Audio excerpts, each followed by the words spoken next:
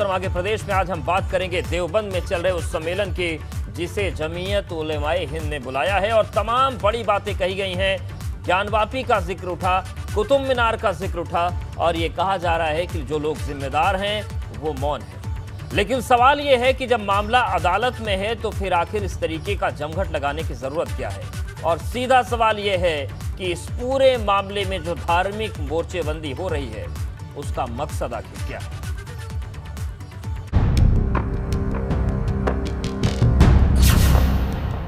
अदालत में विचाराधीन मस्जिद विवाद,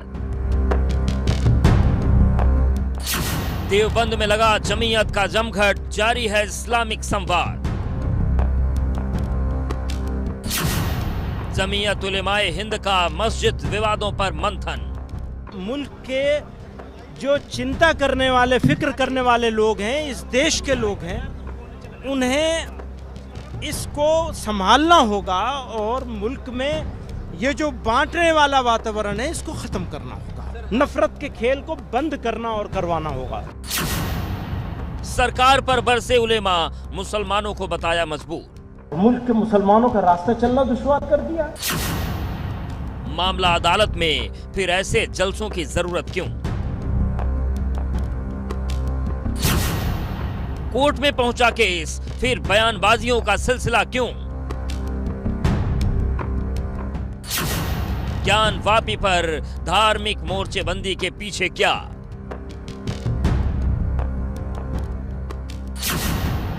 जमीयत की जमघट वाली तैयारी, उत्तर मध्य प्रदेश।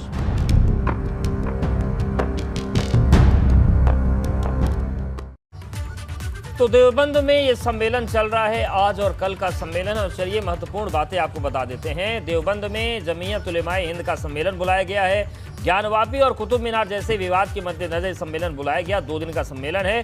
जमीयत के सम्मेलन में 3 प्रस्ताव भी पारित किए गए हैं, जिनमें कुछ मांगे की गई हैं कि विधि आयोग की 276वीं रिपोर्ट की सिफारिश लागू किया जाए, उकसावे की कार्रवाई करने वालों को दंडित करने के लिए कानून की मांग की गई है, मसौदा बनाने की मांग की गई है। इसके साथ ही साथ जिस तरीके से देश के हालात के बारे में कहा गया कि देश के हालात ठीक नहीं है, देश में नफरत का माहौल चल रहा है, तो तमाम बातें कही जा रही हैं। ये भी कहा जा रहा है कि जो मुस्लिम तबका है वो दबा कुचला है, मुस्लिम तबका जो है वो चुप रहना जानता है, हम देश के साथ समझौता नहीं करेंगे। लेकिन सवाल ये है कि जब कानून के प्रति सम्मान है, देश के प्रति सम्मान है और मामला कोर्ट में है, तो फिर आखिर क्यों इस तरीके की बातें कही जा रही हैं और धार्मिक मोर्चेबंदी आखिर क्यों हो रही है। क्या जो कोर्ट की लड़ाई है उसे सम्मेलनों के बयान से जीतेंगे और क्या ये संभव है। और चलिए आपको महत्वपूर्ण बातें इस सम्मेलन की सुनवा देते हैं कि क्या क्या बातें प्रमुख रूप से इस सम्मेलन में कही गई। 2 बातें कहना चाहता हूं मैं। एक तो ये कि मुल्क के हालात और सरकारों की खामोशी, ये अफसोसनाक है और ये हालत बदलनी चाहिए। मुल्क के जो चिंता करने वाले, फिक्र करने वाले लोग हैं, इस देश के लोग हैं, उन्हें इसको संभालना होगा और मुल्क में ये जो बांटने वाला वातावरण है इसको खत्म करना होगा। नफरत के खेल को बंद करना और करवाना होगा। तो बात तो एकता और अखंडता की बात करते हैं, देश के अखंड भारत बनाने की बात करते हैं और मुल्क के मुसलमानों का रास्ता चलना दुश्वार कर दिया। वो कौन सी अखंडता, किस अखंड भारत की बात कर रहे हैं। इसीलिए मैं उनको दोस्तों से कहता हूं, आप मुल्क के साथ दुश्मनी कर रहे हैं, प्लीज वापस पलट के देखिए आप क्या खो रहे हैं और क्या पा रहे हैं। तो सुना आपने, और मौलाना मदनी ने क्या और महत्वपूर्ण बातें कही हैं वो भी हम आपको सुनाएंगे। देवबंद में चल रहे जमीयत उलेमाए हिंद के सम्मेलन में मौलाना महबूब मदनी भावुक हो गए और बड़े आरोप लगाए हैं। उन्होंने कहा कि देश के हालात ठीक नहीं चल रहे हैं, ये पहली बात उन्होंने कही। उन्होंने कहा कि देश में नफरत का माहौल बना है, लोगों को बांटने की कोशिशें की जा रही हैं। इसके बाद उन्होंने कहा कि हर चीज से समझौता कर लेंगे लेकिन देश से समझौता नहीं करेंगे। उन्होंने कहा कि हमें हमारे ही देश में अजनबी बना दिया गया। इस तरह की गंभीर बातें कही गई। हालात मुश्किल लेकिन मायूस होने की जरूरत नहीं। मौलाना मदनी ने कहा कि सरकार की चुप्पी अफसोसजनक है और देश में नफरत के पुजारी बढ़ गए हैं, उन्होंने ये भी आरोप लगाया। उन्होंने कहा कि जुल्म सह लेंगे लेकिन वतन पर आंच नहीं आने देंगे, नफरत के माहौल को खत्म करना होगा। तो ये तमाम बातें कही गई हैं। तो उन्होंने कहा कि देश के हालात सही नहीं हैं और सवाल अब ये उठता है कि जब मामला कोर्ट में चल रहा है, विषय ज्ञानवापी है, तो क्या ऐसे सम्मेलनों के बयानों से कुछ होगा? क्या बयानों से कोर्ट की लड़ाई जीतेंगे, जो संभव नहीं है? कोर्ट में तमाम तथ्यों पर बात हो रही है, तो फिर ये जो धार्मिक मोर्चेबंदी हो रही है, ये आखिर क्यों हो रही है? यही उत्तर मांग रहा है प्रदेश।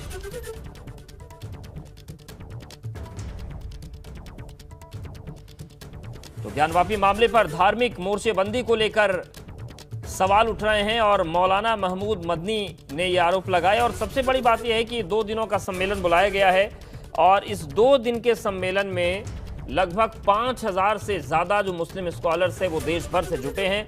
और इस बात पर यह भी बात सामने आ रही है कि कल कोई एक प्रस्ताव भी पास किया जा सकता है, जो भी स्थितियां हैं। इससे पहले पीएफआई ने अपील की थी कि आप लोग एकजुट हों, सड़कों पर उतरें, प्रतिरोध करें, विरोध करें। और अब ऐसे में सवाल उठ रहा है कि चाहे पीएफआई जैसे विवादित संगठन हो या फिर जमीयत उलेमाए हिंद हो, आखिर इस तरीके की मोर्चेबंदी क्यों की जा रही है? हमारे साथ सनुज हमारे सहयोगी जुड़ गए हैं देवबंद से।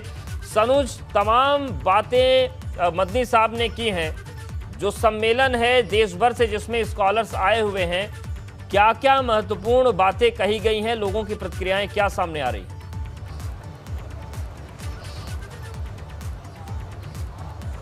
देखिए, देवबंद में हो रहे इस महासम्मेलन पर सबकी नजरें टिकी हुई थी, लेकिन महमूद मदनी साहब जब बोले तो खुलकर बोले और सीधे उन्होंने जिस तरह की बातें कही हैं उसको लेकर कहीं ना कहीं जो चर्चाएं हैं वो शुरू हो गई हैं। उनका सीधा कहना है कि कमज़ोर ना समझे, हमारे सब्र का इम्तहान ना लें। और एक बात उन्होंने जो ये कही, कहीं ना कहीं उसके भी कुछ ना कुछ मायने निकाले जा रहे हैं। और सबसे बढ़िया बात जिसको लेकर लोग तालियां भी बजाई, तालियां भी यहाँ पर गूंजी हैं, उनका ये कहना था कि नफरत से नहीं, प्यार से हर चीज़ का समाधान किया जा सकता है, इसलिए नफरत ना पालें। और जो लोग अपना एक प्रोपेगेंडा लेकर चल रहे हैं कि वो जिस तरीके से चाहेंगे मुस्लिम उस तरीके से चलेंगे, लेकिन हमें बिल्कुल ऐसा नहीं करना है, हमें वक्त का इंतज़ार करना है और जो सही होगा हमें वो सही कदम उठाना है। तमाम उन्होंने बातें कही। और एक बात और निकल कर आई है कि हिंदू मुस्लिम एकता की जो तमाम अलमबरदार यहाँ पर आए थे, तमाम जो उलेमा आए थे, या हिंदू मुस्लिम एकता की जो बातें हैं वो ज़रूर सबसे ज़्यादा देखने को मिली। और कहा गया कि क्या कहते हैं, आप याद करिए, आज़ादी से पहले का जमीयत उलेमाए हिंद जो संगठन है, देश की आज़ादी में हिंदू मुस्लिम एक साथ मिलकर लड़े, फिर क्यों साथ नहीं रह सकते? उन्होंने सीधी टिप्पणी करी कि जो लोग देश की अखंडता की बात करते हैं, जब लोगों को अलग अलग बांट रहे हैं तो देश की अखंडता कैसे होगी? कैसे भारत को अखंड भारत बनाने की वो बात करें, कैसे भारत अखंड बनेगा? तमाम उनके सवाल थे। हो सकता है किसी को चुप जरूर जाए, लेकिन जब यहाँ मंच पर भी बोले और जब उनसे बात की गई तो उस बात पर भी उन्होंने सीधे कहा। एबीपी गंगा ने उनसे सवाल पूछा था कि अब ये मंच से आप कह रहे थे अखंड भारत की बात, तो उन्होंने सीधे कहा कि अखंड भारत कैसे बनेगा जब लोगों को अलग अलग बांटा जा रहा है? जब लोग बटेंगे तो अखंड भारत नहीं बन पाएगा। लोगों से एकजुटता की अपील करी। और यहाँ पर जिस तरीके से नजरें टिकी हुई थी, एक बात निकलकर सामने आई है कि 1000 सद्भावना जो कार्यक्रम है इस तरह का, जैसे ये हो रहा है, इस तरह के 1000 सद्भावना कार्यक्रम करने का यहाँ पर ऐलान किया गया है कि देश के मदनी साहब ने अपने बयान में कहा कि जो जिम्मेदार लोग हैं वो मौन है, सरकार की जो चुप्पी है अफसोसजनक है, मुसलमानों का राह चलना मुश्किल हो गया है। लेकिन जब राह चलने की बात आती है तो रामनवमी के जुलूस याद आ जाते हैं, पत्थरबाजी किस तरीके से हुई, लगभग 9 राज्यों में किस तरीके से हालात बने। तो सद्भावना की जब बात होती है तो क्या इन चीजों पर भी मदनी साहब ने कुछ बोला, या सद्भावना एक तरफा आ रही है उधर से? हाँ बिल्कुल, देखिए सद्भावना एक तरफा आ रही है। उनका सीधा कहना था कि हम सद्भावना सम्मेलन करेंगे, लेकिन कुछ बातें ऐसी थी कि जो लोगों को कहीं ना कहीं छुएंगी। जिस तरीके से उन्होंने सीधे कहा मुस्लिमों का रास्ता रोका जा रहा है, कौन रास्ता रोक रहा है, कौन रास्ता रोकने का नाम कर रहा है, नाम नहीं लिया उन्होंने, इशारों में तमाम बातें उन्होंने कह डाली। और सीधा कह डाला कि जो लोग नफरत का बाजार यहाँ पर पैदा कर रहे हैं वो देश के गद्दार हैं। लोगों को सोचना चाहिए कि देश की आज़ादी में मुसलमान साथ मिलकर लड़े, इस देश पर मुसलमानों का भी उतना ही हक है। मुस्लिम और हिंदू एक कौम है, अलग अलग नहीं है, ये बताना भी वो नहीं भूले। लेकिन जिस तरीके से उन्होंने कहा कि आग को आग से नहीं बुझाया जा सकता, आग पर पानी डाला जाकर आग को बुझाया जा सकता है, इसलिए नफरत को मोहब्बत से बुझाया जा सकता है। तो कहीं ना कहीं मोहब्बत की बात ज़रूर मदनी साहब यहाँ करते हुए नजर आए। जिस तरीके से कहा कि 1000 सद्भावना सम्मेलन बिल्कुल करेंगे। सम्मेलन हो गया। और सद्भावना सनोज, अभी फिलहाल क्या सम्मेलन अभी चल रहा है या ब्रेक हुआ है, रुका हुआ है? वहां पर क्या हो रहा है इस वक्त देवबंद में? देखिए, तस्वीरें मैं दिखा देता हूं कि जो तमाम तैयारियां हैं इस सम्मेलन को लेकर, तमाम तैयारियां पिछले कई दिनों से चल रही थी। फिलहाल जो पहला सेशन था वो इस सम्मेलन का, महासम्मेलन का जो अधिवेशन का पहला सेशन था वो यहां पर पूरा हो गया है। अब यहां पर 6:30 बजे के बाद जो दूसरा सेशन है वो होगा। ये तमाम लोग दिख रहे हैं, इनसे भी आप बात करिए कि ये जो लोग यहाँ पर पहुंचे हैं, क्या मैसेज है, क्या सीखने आए हैं और ये लोग क्या संदेश देना चाहते हैं, और ज्ञानवापी और कुतुब मीनार को लेकर जो चीजें आई उस पर इनका क्या सोचना है? जी ठीक है, बिल्कुल मैं इन लोगों से बात कर लेता हूं। आपने देखा कि मदनी साहब ने तमाम यहां पर एकजुटता की बातें कही हैं, तमाम यहां मदनी साहब ने एकजुटता की बातें कही हैं। आप लोग भी आए हैं, कहां से आए हैं आप कहां से आए? तो अभी यहीं से हैं, सहारनपुर से ही। हम यहीं से पास में से राजूपुर से, लेकिन अभी आए। लेकिन देखा, मदनी साहब साफ बोलने के लिए जाने जाते हैं, साफ बातें कही। आपको लगा कि एकजुटता की बात कही, क्या आप लोग इसका एक मैसेज देंगे? अभी आया हूँ, अभी सुना नहीं। अच्छा, पहले सेशन में आपने भाग नहीं लिया था। कुछ और लोग हैं, उनसे बात कर लेते हैं, शायद ये लोग यहाँ पर बोल जाएं। अभी मदनी साहब को आपने सुना था, मदनी साहब ने तमाम बातें कही थी, तो क्या एक मैसेज आपके मन में इन चीज़ों का आया है? क्या इन चीज़ों को आप आगे तक लेके जाएंगे? मौलाना जवाब, हम प्रोग्राम में मौजूद नहीं थे, अभी आए हैं, सुबह से थे। देखिए, ये लोग आए हैं। चूंकि मैं आपको बताना चाहूँगा कि मदनी साहब ने एक बात कही थी कि यहाँ पर सिर्फ 1-2 लोग हैं जिनको जिम्मेदारी दी गई है, वही बोलें, कोई और ना बोलें। और ये कहा था कि ज्ञानव्यापी पर जो जमात का फैसला आएगा उस फैसले के आने के बाद ही कोई आगे का कदम होगा, पीछे नहीं हटेंगे। ये बिल्कुल, यानी कि ये जो जमात के फैसले की बात हो रही है सनोज, ये क्या कल कोई प्रस्ताव पास होने वाला है इस सम्मेलन में? कल का दिन महत्वपूर्ण है क्या? हाँ बिल्कुल, आपने सही कहा कि कल का दिन महत्वपूर्ण है। सीधा मन से महमूद मदनी साहब ने कहा था कि जमात का फैसला आ रहा है, जब तक जमात का फैसला ना आए किसी भी मसले पर कोई कुछ ना बोले, इंतजार करें। जो भी जमात का फैसला आएगा उसको देखेंगे, लेकिन पीछे कदम नहीं हटाएंगे। पीछे कदम ना हटाने के पीछे उनका तर्क क्या है, वो क्या कहना चाह रहे हैं, शायद इस पर तस्वीर पूरी तरीके से साफ हो जाएगी। कल का दिन भी यहाँ जो ये अधिवेशन हो रहा है, कल का जो तीसरा सेशन है, उस पर सबकी नजरें टिकी हुई हैं। चूंकि कई प्रस्ताव यहाँ पर पास होने हैं, उन प्रस्तावों पर वोटिंग होगी और वोटिंग होने के बाद वो प्रस्ताव पास होंगे।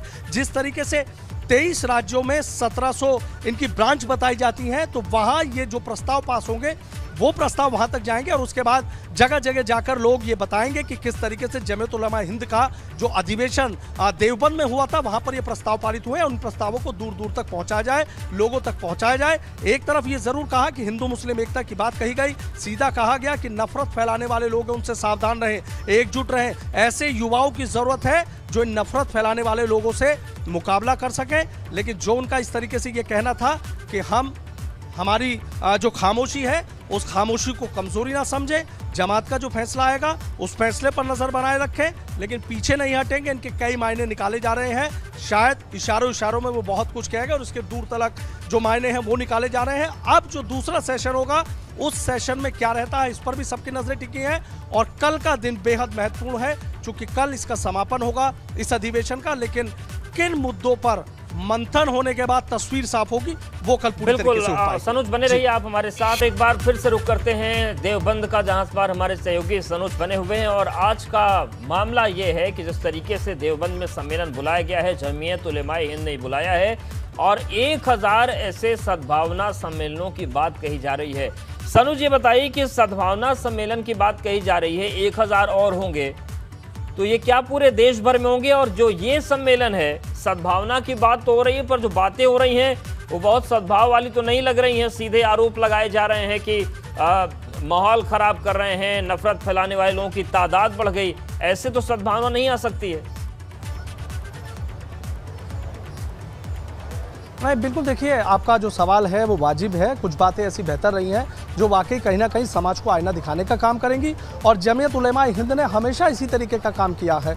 जिस तरीके से तमाम बातें यहाँ पर की गई हैं, एकता की और सद्भावना, 1000 जिन सद्भावना इस तरीके अधिवेशन की बात की जा रही है वो 23 राज्यों में होंगे। करीब 1700 यूनिट है जो प्रस्ताव यहाँ पारित होंगे। और जो उलेमा इन 23 राज्यों से आए हैं, ये उन 1700 जो यूनिट हैं उनके अलंबरदार हैं और वहाँ जाकर ये संदेश देंगे कि ये चीज़ें वहाँ पर जमीयत उलेमाए हिंद के अधिवेशन में ये चीज़ें पास हुई हैं। रही बात आपकी, जो आपने दूसरी बात कही है कि जिस तरह की बातें की गई है कुछ ऐसी चीज़ें हैं कि जिनको लेकर कहीं ना कहीं उंगलियां ज़रूर उठ रही हैं, तो शायद उस तरीके से पूरा सद्भाव नहीं आ पाएगा। जब भी आप इस तरह की दो बातें करेंगे, देखिए बातें अगर एक ही की जाए, सीधी अगर सद्भाव की बातें की जाए, तो फिर कोई टोका टिप्पणी या इस तरह की कोई बातें ना हो कि मुसलमानों को जो रास्ता है उसका रास्ता रोका जा रहा है, हमें कमज़ोर समझा जा रहा है, हम किसी से कम नहीं हैं, हमारे सब्र का इम्तहान ना लें, हम सब चीज़ें सहन कर सकते हैं लेकिन हमारे ईमान पर आँच आए हम उसे सहन नहीं करेंगे। देश की तरक्की और मुल्क की तरक्की के लिए हम साथ हैं, हिंदू मुस्लिम मिलकर बात करेंगे, कोई रास्ता हम बीच का निकाल सकते हैं, बैठकर रास्ते निकाले जा सकते हैं। इस तरह की बातें शायद अगर दो बातें ना करके एक बात की जाए तो शायद जो सद्भावना सम्मेलन की बात की जा रही है वो बात पूरी होती नजर आएगी। लेकिन आप सद्भावना की भी बात करें और इस तरह की बातें भी करें तो कहीं ना कहीं इनके, चूंकि जमीयत उलमाए जो हिंद है मुस्लिमों का एक बड़ा संगठन है, कई बार इन लोगों ने ऐसी मिसालें पेश करने का काम किया जो समाज के लिए नज़ीर बनी है। सब लोगों की नज़रें, खाली देश की नहीं पूरी दुनिया की नज़रें टिकी हुई हैं कि आज जो सहारनपुर के देवबंद में जो जमीयत उलमाए हिंद का अधिवेशन होने जा रहा है, आखिर वहाँ पर क्या कहा जाएगा, क्या इसका प्रस्ताव पास होगा। लेकिन यहाँ हिंदू मुस्लिम एकता और सद्भावना की बातें की गई, बहुत अच्छी बात है, लेकिन जिस तरीके से कुछ बातें यहाँ पर मतनी साहब ने की हैं, शायद उसको लेकर लोग कहीं ना कहीं सवाल ज़रूर खड़े करेंगे कि बात जब आप सद्भावना की कर रहे थे तो बातों से भटके क्यों, इस तरह की बातें क्यों कही गई। हालांकि उन्होंने साफ साफ किसी का नाम नहीं लिया, लेकिन इशारों में सीधे सीधे कह डाला जिस पर वो इशारा करना चाह रहे थे और जिसके लिए कुछ कहना चाह रहे थे। बहरहाल अब जो 6:30 बजे जो दूसरा सेशन है उस पर भी सबकी नज़रें टिकी हुई हैं कि क्या वहाँ पर सद्भाव की बात होगी या नहीं होगी, या कुछ ऐसी बातें और कही जाएंगी जो बातें कहीं ना कहीं किसी को चुभ सकती हैं। सबसे बड़ी बात मैं इस अधिवेशन की आपको बताना चाहूँगा कि जो मुस्लिम बच्चों की शिक्षा है, यहाँ पर तमाम प्रेजेंटेशन दिए गए कि किस तरीके से बच्चों की शिक्षा को आगे बढ़ाया जा रहा है, कैसे बच्चों को शिक्षित किया जा रहा है, कैसे ओपन बोर्ड के माध्यम से बच्चों को शिक्षित करने की यहाँ पर कार्य योजना बनाई जा रही है, किस तरीके से जमीयत उलमाए हिंद ने जिस तरीके से मुस्लिम बच्चे कहीं ना कहीं शिक्षा में पिछड़े हुए थे उनको आगे बढ़ाने की बात की जा रही है। ये तमाम चीज़ें बिल्कुल बेहतर रही है कि कहीं ना कहीं एक मुस्लिम समाज के जो युवा हैं उनको कहीं ना कहीं मुख्य धारा से जोड़ने के लिए और उनको तमाम चीज़ें जो आजकल दुनिया चांद पर पहुंच गई है और तमाम जो टेक्नोलॉजी है वो बहुत हाई होती जा रही है, तो उससे जोड़ने का काम किया जा रहा है। बहुत अच्छी बातें हैं, लेकिन शायद कहीं ना कहीं कुछ बातें यहाँ ऐसी की गई हैं जो लोगों को चुभेंगी, सवाल भी खड़े होंगे, उनके जवाब भी दिए जाएंगे। और अब तक जो ये बात कही जा रही थी कि कुछ लोग खामोश हैं, वो जवाब नहीं दे रहे हैं, लेकिन जिस तरह की बातें यहाँ पर की गई हैं उन पर सवालों का खड़ा होना लाजमी है, प्रतिक्रियाएं भी आएंगी और शायद वो प्रतिक्रियाएं वही होंगी कि जो कहते हैं ना, आरोप लगाए जाते हैं कि सद्भाव को कहीं ना कहीं छिन्न भिन्न करने का काम कर रही हैं। अब सबकी नज़रें इस पर टिकी हुई हैं, हो सकता है जल्दी कहीं ना कहीं प्रतिक्रिया आ जाए। और आज शाम का जो 6:30 बजे अधिवेशन का दूसरा सेशन है उस पर भी नज़रें टिकी हैं, और जो कल समापन है सुबह 9 बजे ये अधिवेशन शुरू होगा, कल जो तीसरा सेशन है उस पर भी नजरें टिकी हुई हैं कि चूंकि जो फैसला तमाम मसलों पर आने वाला है, कुछ मसलों पर फैसला आने वाला है। बिल्कुल सनोज, एक बार अधिवेशन की आप तस्वीर भी दिखाइएगा और ये भी जानना चाहेंगे कि ये जो लगभग 5000 लोगों के आने की बात कही गई है, लोग कहाँ से आए हैं, क्या इनको पहले से निमंत्रण दे दिया गया था या एकदम से ये ऐलान होते ही आ गए, क्या पूरा इनकी रूपरेखा है, कहाँ कहाँ से ये लोग आए? जी, मैं अपने कैमरामैन सत्येंद्र से कहूँगा, सत्येंद्र जरा पहले ये मंच दिखाएं। देखिए जो मंच है राष्ट्रीय प्रबंधक कमेटी का, ये जमीयत उलमाए हिंद का अधिवेशन है, जो तमाम उलेमा आए हुए हैं और उनमें से कई ऐसे मौजूद लोग हैं वो यहाँ डाइस पर आते हैं और अपनी बातें रखते हैं और डाइस पर आकर अपनी बातें रखते हैं।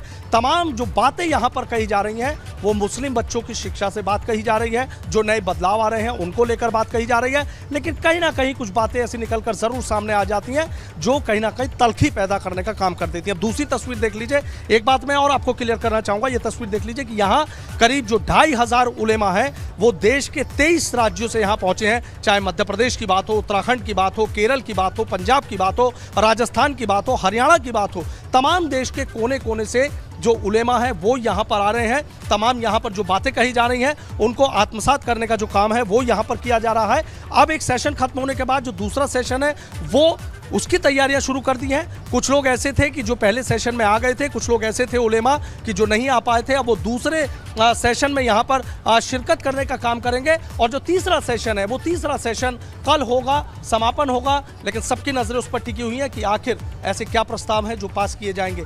तमाम बातें यहाँ पर कही जा रही हैं, सद्भावना की भी बात कही जा रही है, लेकिन कटाक्ष भी कहीं ना कहीं हो ज़रूर रहा है। सीधे नाम लिए बिना इशारों में भी बड़ी तलखी वाली बातें कही जा रही हैं। तो तलखी वाली बातें किसके लिए हैं, किसकी तरफ इशारा किया जा रहा है, इस पर भी तस्वीर अभी साफ होना बाकी है। लेकिन अब एक सेशन पूरा हो चुका और उस पूरे सेशन में आपने देखा कि महमूद मदनी साहब जब शुरू में बोले तो भावुक हुए, भावुक होने के बाद जब बोले तो सद्भावना की बात हुई, लेकिन सद्भावना की बात करने के बाद धीरे धीरे कहीं ना कहीं बयानों में तल्खी जरूर थी, कहीं ना कहीं इस बात का दर्द जरूर था कि शायद इस देश के रहने वाले मुस्लिमों के साथ जो कुछ इस समय चल रहा है, जो एक माहौल बदला हुआ बिल्कुल। चल और रहा है, सनुज ये भी कहीं ना जानना कहीं चाहेंगे उनके कि लिए जितने ठीक भी नहीं है। सेशन होने हैं वो सब में मुख्य वक्ता मदनी साहब ही हैं या फिर और भी जो स्कॉलर्स हैं, मौलाना है, वो भी बोलते हैं? रूपरेखा क्या रहती है इस कार्यक्रम की?